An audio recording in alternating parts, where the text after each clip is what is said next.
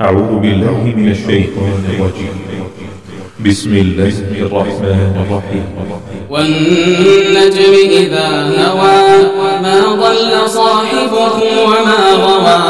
وما ينطق عن الهوى إن هو إلا وحي يوحى علمه شديد القوى ذو مرة فاستوى وهو بالأفق الأعلى ثم دنا فتدلى فكان قاب قوسين أو أدنى فأوحى إلى عبده ما أوحى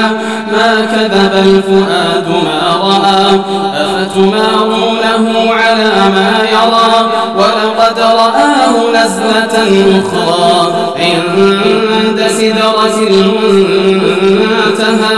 عندها جنة المأوى إذ يغشى السدرة ما يغشى ما زاغ البصر وما طغى لقد رأى من آيات ربه الكبرى أفرأيتم اللات والعزى ومناة الثالثة الأخرى ألكم الذكر وله الأنثى تلك إذا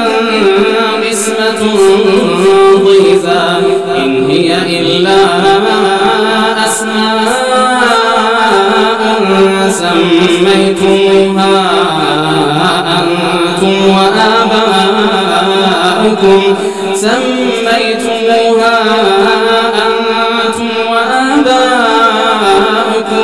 ما أنزل الله بها من سلطان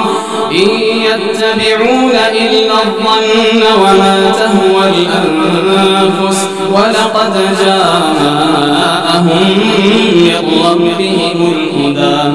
أم للإنسان ما تمنى فلله الآخرة والأولى وكم من ملك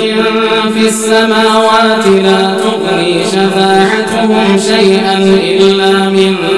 بعد أن يأذن الله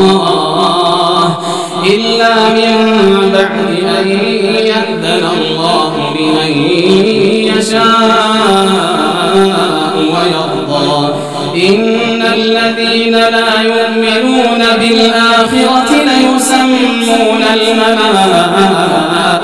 تسمية الأنثى وما لهم به من علم إن يتبعون إلا الظن وإن الظن لا يغني من الحق شيئا فأعرض عن من تولى عن ذكرنا ولم يرد إلا الحياة الدنيا ذلك مبلغهم من العلم إن ربك هو أعلم بمن ضل عن سبيله وهو أعلم بمن اهتدى ولله ما في السماوات وما في الأرض ليجزي الذين أساءوا بما عملوا ويجزي الذين أحسنوا بالحسنى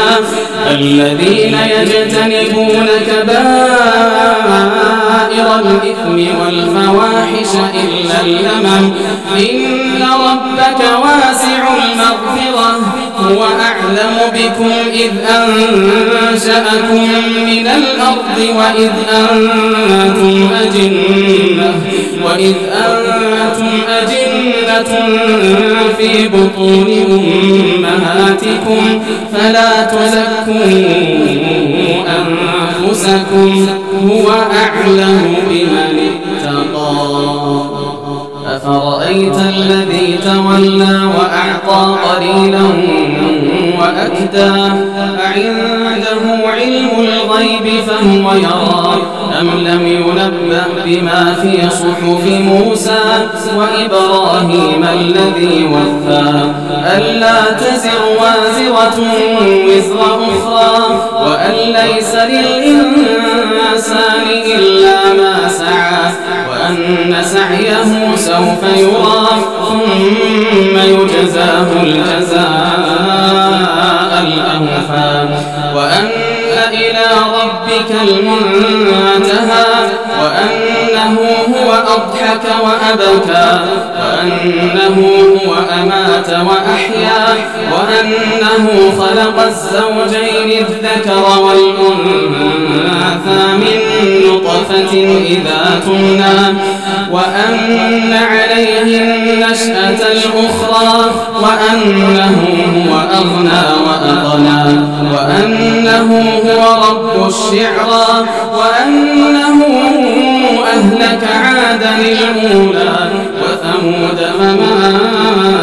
أبقى وقوم نوح من قبل إنهم كانوا هم أظلم وأطغى والمؤتفكة أهوى فغشاها ما غشا فبأي آلاء ربك تتمارى هذا نذير من النذر الأولى أزفت الآزفة ليس لها من دون الله كاشفة أفمن هذا الحديث تعجبون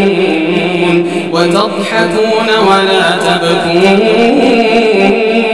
وأنتم سامسون فاسجدوا لله واعبدوا